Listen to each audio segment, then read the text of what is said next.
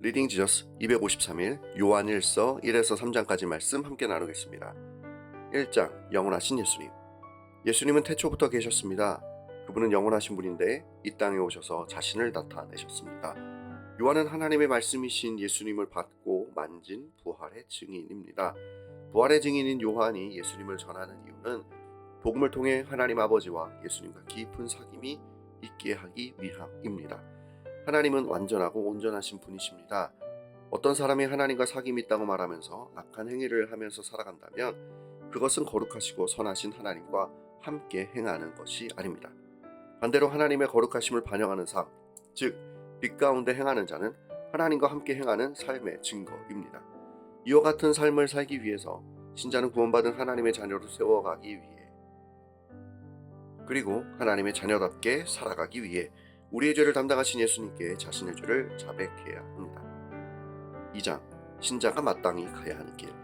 예수님은 우리가 받아야 할 하나님의 진노를 대신 받으시고 진노를 사랑과 은총으로 바꾸시는 화목제물로 드려지셨습니다. 그래서 예수님은 하나님 앞에서 우리의 대언자가 되십니다.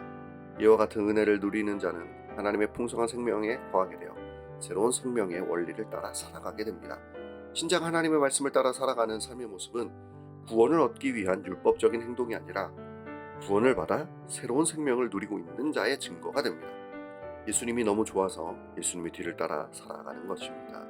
이미 주어졌던 옛 계명도 하나님을 사랑하고 이웃을 사랑해야 하는 것이었으며 이를 예수님께서 확증하셨습니다. 신자는 예수님이 확증하신 새 계명을 기꺼이 따라가는 사람들입니다. 그래서 신자는 하나님을 미워하고 그리스도의 주되심을 부정하는 세상의 흐름을 거부하고 예수님을 더욱 사랑함으로 그를 붙들어야 합니다. 3장 새로운 삶을 살아가는 신자. 예수님을 붙들고 하나님의 자녀로 살아가는 신자의 삶은 놀라운 변화를 경험하게 됩니다. 더러운 세상의 습관으로부터 깨끗한 자녀로 살아가는 것이기 때문입니다. 이것이 가능한 이유는 예수님께서 죄를 용서해 주셨을 뿐만 아니라 죄가 신자에게 영향력을 행사하지 못하도록 역사하셨기 때문입니다. 그래서 신자는 예수님을 사랑함으로 예수님과 어울리지 않는 죄로 말미암은 삶으로부터 조금씩 벗어나게 됩니다.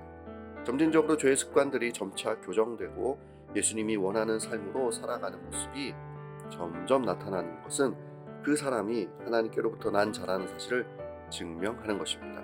따라서 자신의 삶에 예수님을 사랑하는 삶의 모습이 나타나고 있지 않다면 회개하며 주님의 은혜를 구해야 할 것입니다. 안타깝게도 예수님을 사랑하는 삶을 살아가는 자는 세상의 미움을 받게 될 것입니다. 복음의 생명력과 능력은 세상의 악함과 더러움을 드러내는 것이기 때문입니다. 그래서 신자는 세상의 박해를 이상하게 여기지 말고 더욱 예수님을 닮아 형제 사랑하기를 더욱 힘써야 합니다. 예수님을 따라 살아가며 성령으로 예수님과 교제하는 신자는 하나님께서 원하시는 것을 구하게 되며 하나님도 기쁨으로 기도에 응답하시며 신자의 삶을 더욱 아름답게 만들어 가실 것입니다. 말씀을 붙들고 함께 기도하겠습니다. 내 안에 주님의 마음을 부어주십시오. 거룩하고 순결한 주님의 마음으로 내 영혼을 가득 채워주십시오.